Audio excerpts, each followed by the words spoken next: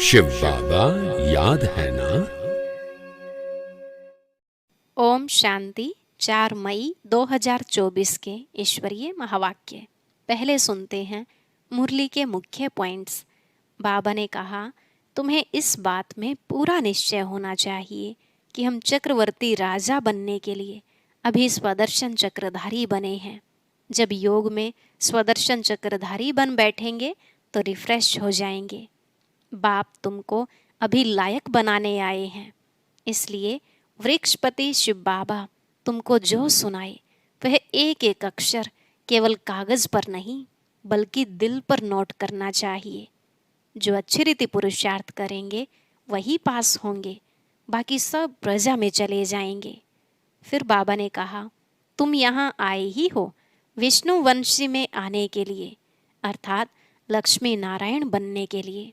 स्वयं दुख हरता सुख करता बाप आकर तुम्हें सुख धाम का वर्षा दे रहे हैं, तो कितनी खुशी रहनी चाहिए। लेकिन तुम्हें संग की बड़ी संभाल रखनी है। इस समय सारी दुनिया में है कुसंग। तुम्हें तो सत्य बाप का संग मिला है, इसलिए उनके संग रहकर तुम्हें पत्थर बुद्धि से पारस बुद्धि बनना है।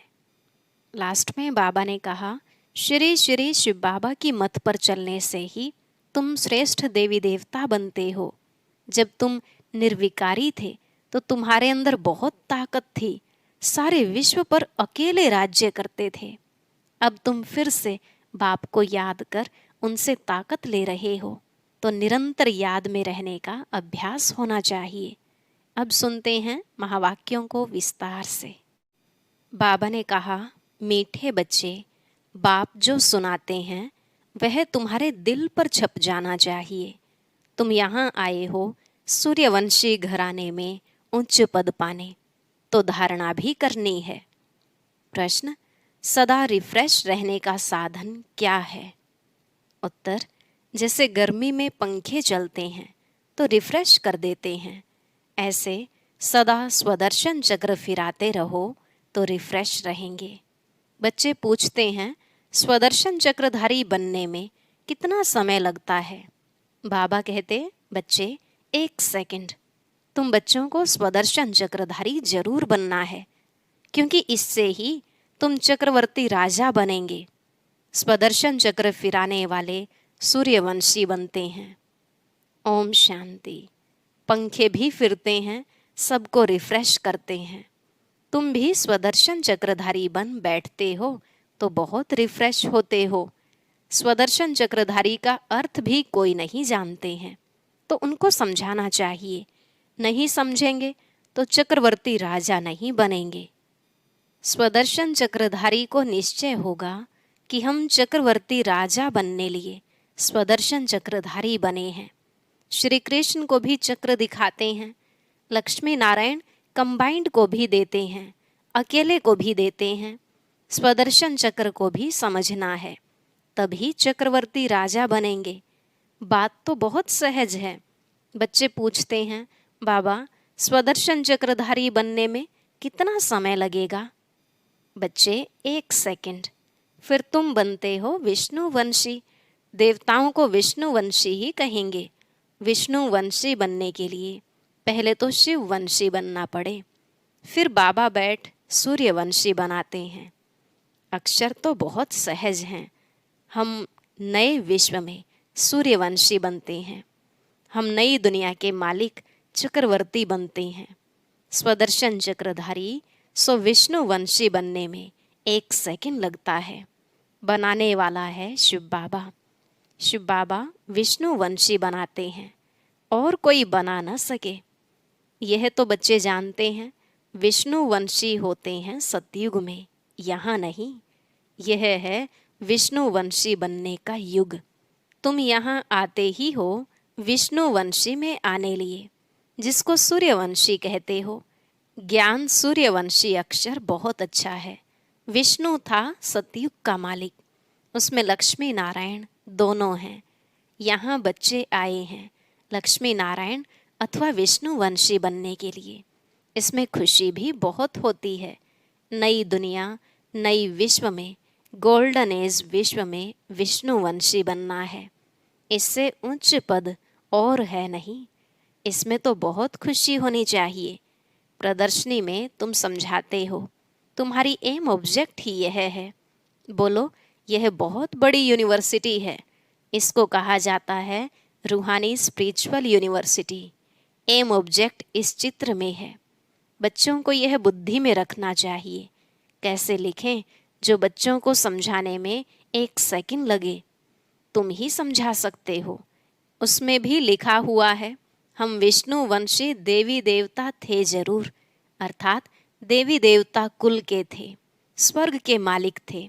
बाप समझाते हैं, मीठे मीठे बच्चे, भारत में तुम आज से 5000 वर्ष पहले सूर्यवंशी देवी देवता थे। बच्चों को अब बुद्धि में आया है। शिव बाबा बच्चों को कहते हैं, हे बच्चों, तुम सतयुग में सूर्यवंशी थे। शिव बाबा आया था सूर्यवंशी घराना स्थापन करने। बरोबर भारत स्वर्ग था। यही पूज्य थे। पुजारी कोई भी नहीं थे। पूजा की कोई सामग्री नहीं थी। इन शास्त्रों में ही पूजा की रस्म रिवाज आदि लिखी हुई है। यह है सामग्री। तो बेहद का बाप शिव बाबा बैठ समझाते हैं। वह है ज्ञान का सागर, मनुष्य सृष्टि का बीज रूप। उनको वृक्षपति अथवा बृहस्पति भी कहते हैं। बृहस्पति की दशा ऊंचते ऊंच होती है। वृक्षपति तुमको समझा रहे हैं। तुम पूज्य देवी देवता थे, फिर पुजारी बने हो। जो देवताएं निर्विकारी थे, फिर वह कहाँ गए? जरूर पुनर्जन्म लेते लेते नीचे उतरेंगे। तो एक एक अक्षर नोट करना चाहिए, दिल पर या कागज पर। यह कौन समझाते हैं? शिव बाबा। वही स्वर्ग रचते हैं। शिव बाबा ही बच्चों को स्वर्ग का वर्षा देते हैं। बाप बिगर और कोई दे न सके। लौकिक बाप तो है देहधारी। तुम अपने को आत्मा समझ पारलौकिक बाप को याद करते हो। बाबा तो बाबा रिस्पॉन्स करते हैं, हे बच्चों, तो बेहद का बाप हो गया ना। बच्चों, तुम सूर्यवंशी देवी देवता पूज्य थे, फिर तुम पुजारी बने। यह है रावण का राज्य। हर वर्ष रावण को जलाते हैं, फिर भी मरता ही नहीं है। 12 मास के बाद फिर रावण को जलाएंगे। गोया सिद्ध कर दिखलाते हैं, हम रावण संप्रदाय के हैं। रावण अर्थात 5 विकारों का राज्य कायम है।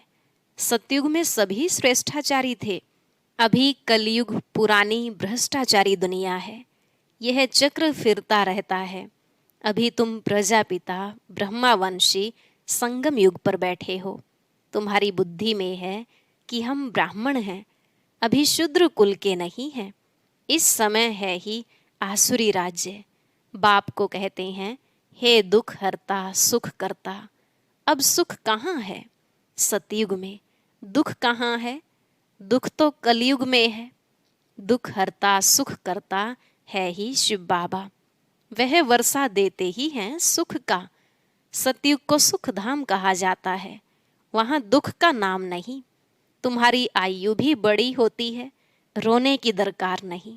समय पर पुरानी खाल छोड़ दूसरी ले लेते हैं। समझते हैं अब शरीर बूढ़ा हुआ है।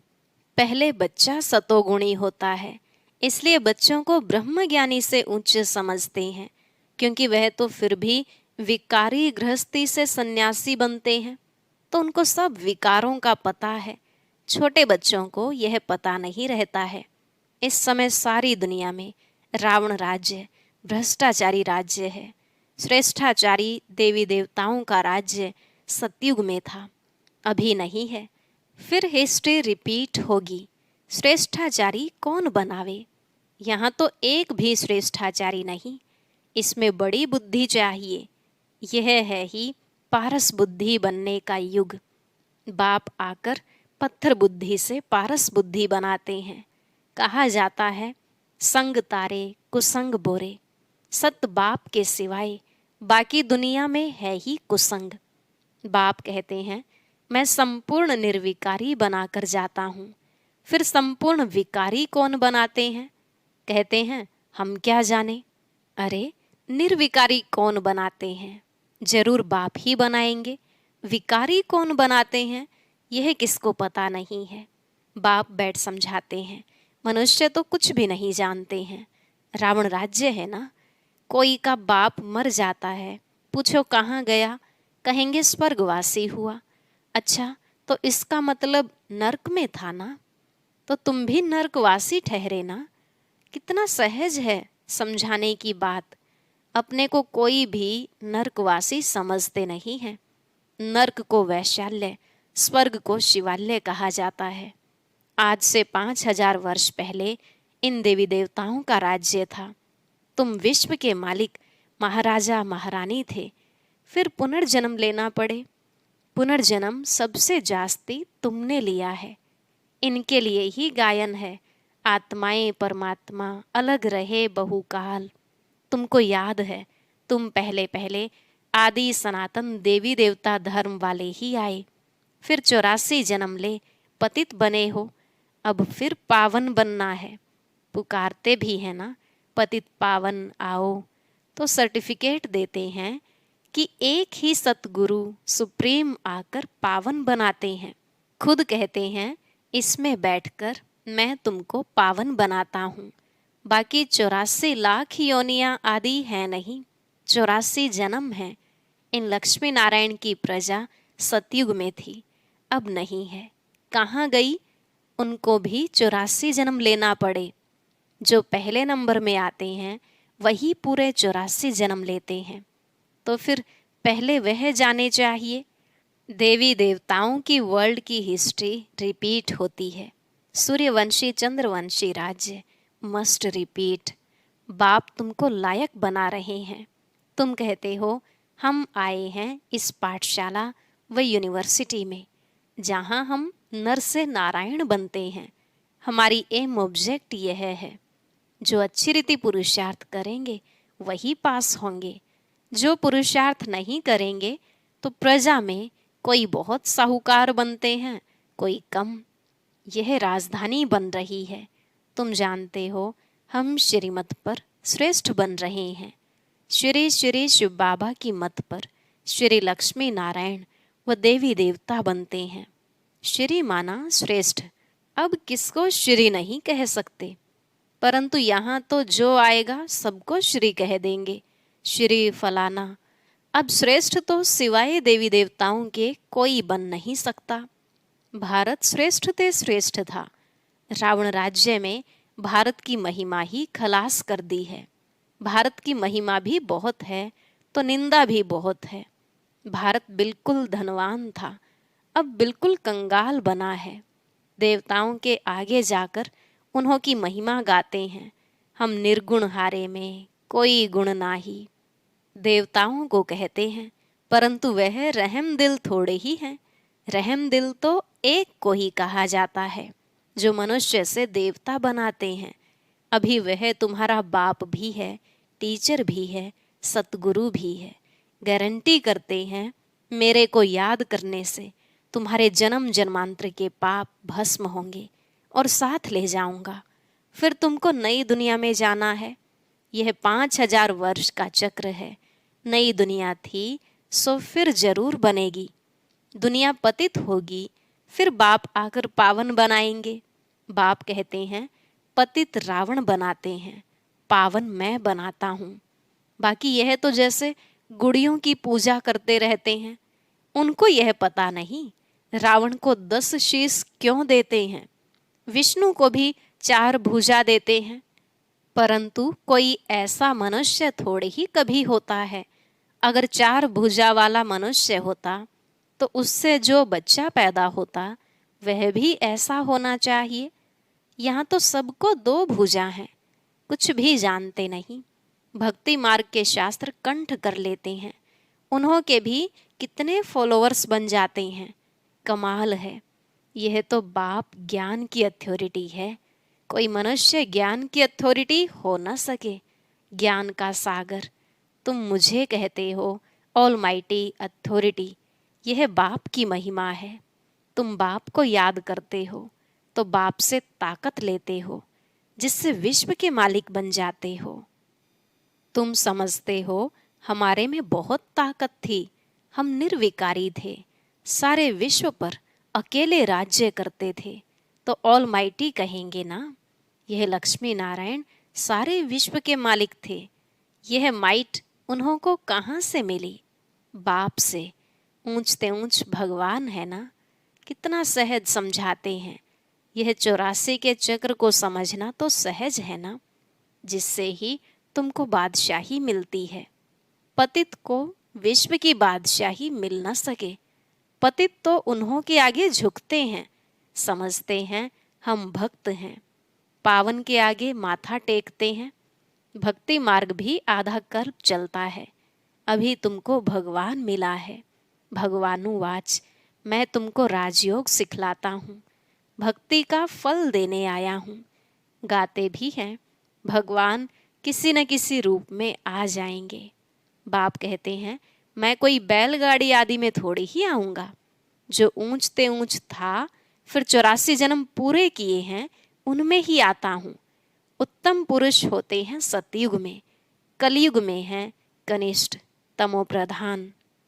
अभी तुम तमोप्रधान से सतोप्रधान बनते हो। बाप आकर तमोप्रधान से सतोप्रधान बनाते हैं। यह खेल है, इसको अगर समझेंगे नहीं तो स्वर्ग में कभी आएंगे नहीं। अच्छा, मीठे मीठे सिकिलधे बच्चों प्रति माता पिता बाप दादा का याद प्यार और गुड मॉर्निंग। रूहानी बाप की रूहानी बच्चों को नमस्ते। रूहानी बच्चों की रूहानी बाप दादा को नमस्ते नमस्ते, गुड मॉर्निंग। शुक्रिया बाबा, शुक्रिया। धारणा के लिए मुख्य सार। पहला पॉइंट, एक बाप के संग से स्वयं को पारस बुद्धि बनाना है, संपूर्ण निर्विकारी बनना है, कुसंग से दूर रहना है। दूसरा, सदा इसी खुशी में रहना है कि हम स्वदर्शन चक्रधारी सो नई दुनिया के मालिक चक्रवर्ती बनते हैं। शिव बाबा आए हैं हमें ज्ञान सूर्यवंशी बनाने।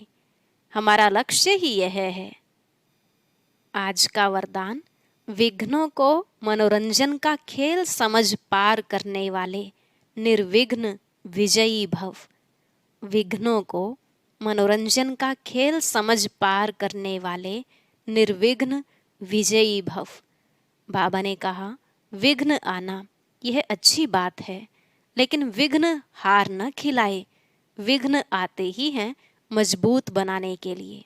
इसलिए विघ्नों से घबराने के बजाय उन्हें मनोरंजन का खेल समझ पार कर लो, तब कहेंगे निर्विघ्न विजयी। जब सर्वशक्तिमान बाप का साथ है तो घबराने की कोई बात ही नहीं। सिर्फ बाप की याद और सेवा में बिजी रहो तो निर्विघ्न रहेंगे। जब बुद्धि फ्री होती है तब विघ्न व माया आती है। बिजी रहो तो माया व विघ्न किनारा कर लेंगे। स्लोगन, सुख के खाते को जमा करने के लिए मर्यादा पूर्वक दिल से सबको सुख दो। सुख के खाते को जमा करने के लिए मर्यादा पूर्वक दिल से सबको सुख दो। अच्छा, ओम शांति। अब सुनते हैं आज की अव्यक्त मुरली। इसके लिए ऊपर दिए गए बॉक्स पर क्लिक करें।